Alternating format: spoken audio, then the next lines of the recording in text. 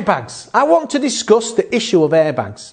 This picture here shows you a cross-section of an airbag which has not deployed. So there's the airbag in there. Now these are designed to deploy in the event of a frontal impact. And these bags are commonly located in the steering wheel and at various dashboard locations. Now all airbag systems are not alike but do contain similar components. Now the exact location, the volume and the mechanism of deployment of the frontal airbag systems may vary between manufacturers. Now the more modern airbags have a dual stage inflator which will adjust the force of inflation depending on parameters such as you've got the occupant position, the crash severity and seatbelt usage. This picture here shows you when front airbags deploy what happens. Look at this here. This shows you when a front airbag has been deployed. That shows you what after the deployment.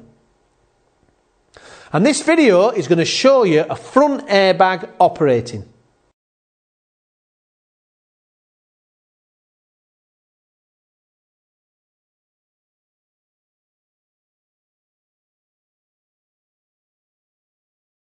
So what can you do to remove the hazard from a steering wheel airbag? Well, you can use one of these, a steering wheel cover, as you can see here. This will stop it interfering. If it does go off, it protects the person that may be near that steering wheel. So this is a steering wheel airbag protector. Now there's a big problem with these airbags.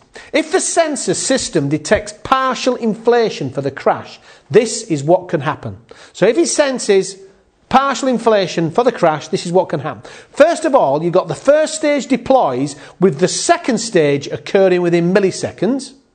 Or, alternatively, the first stage deploys with no deployment of the second stage. Now the problem is that this leaves the potential for deployment of the second stage during extrication. So the second stage might not have gone off. So though the first stage has gone off, the second stage and so now it's potentially very dangerous. And C, the second stage deploys with no deployment of the first stage. So there's the three options, yeah? So there's the three options of what could happen. Again, this leaves first stage going off a potential during the extrication process. So the first stage of deployment can go off. So you've got to be aware when working near frontal impact airbags, has it fully deployed? That's frontal impacts. What about side impact airbags? We've covered frontal impact airbags. What about side ones? Now these can either be mounted in the door, in the seat edge closest to the door, or in the roof rails. Yeah, the roof rails. And these are inflatable curtain or tubular type airbags. It's extremely important to avoid crushing areas that contain live airbags or sensors or cutting through the airbag inflator. So if it's got an airbag, you're trying to cut through it, obviously it's going to go off. It's dangerous. Now don't believe that just because an airbag deploys, it's safe. It isn't. You must always avoid the deployment path of all airbags. Don't forget, modern airbags have two stages. What we mentioned earlier, have they both gone off? And this video is going to show you it in operation.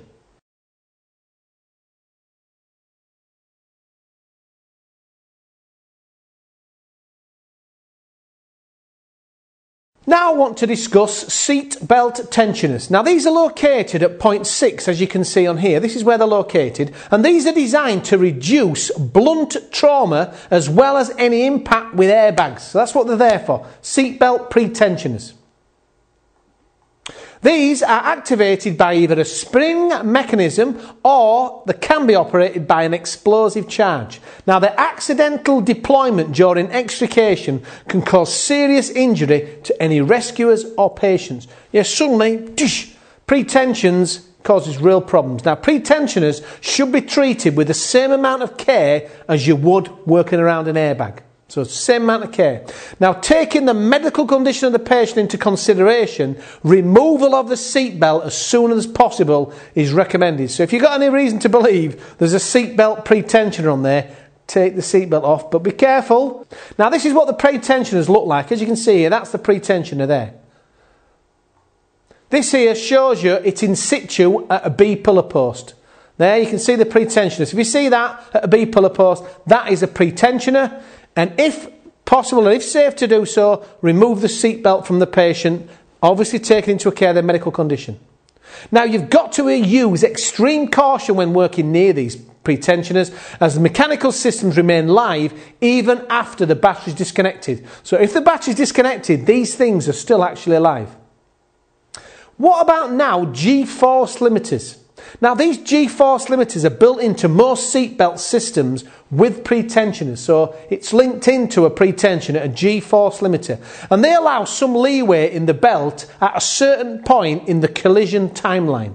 What this does is it decreases the effect of the internal injury by reducing the amount of deceleration and thus the amount of G-force acting on the body. So they're really clever things. As you can see here, that's it in operation.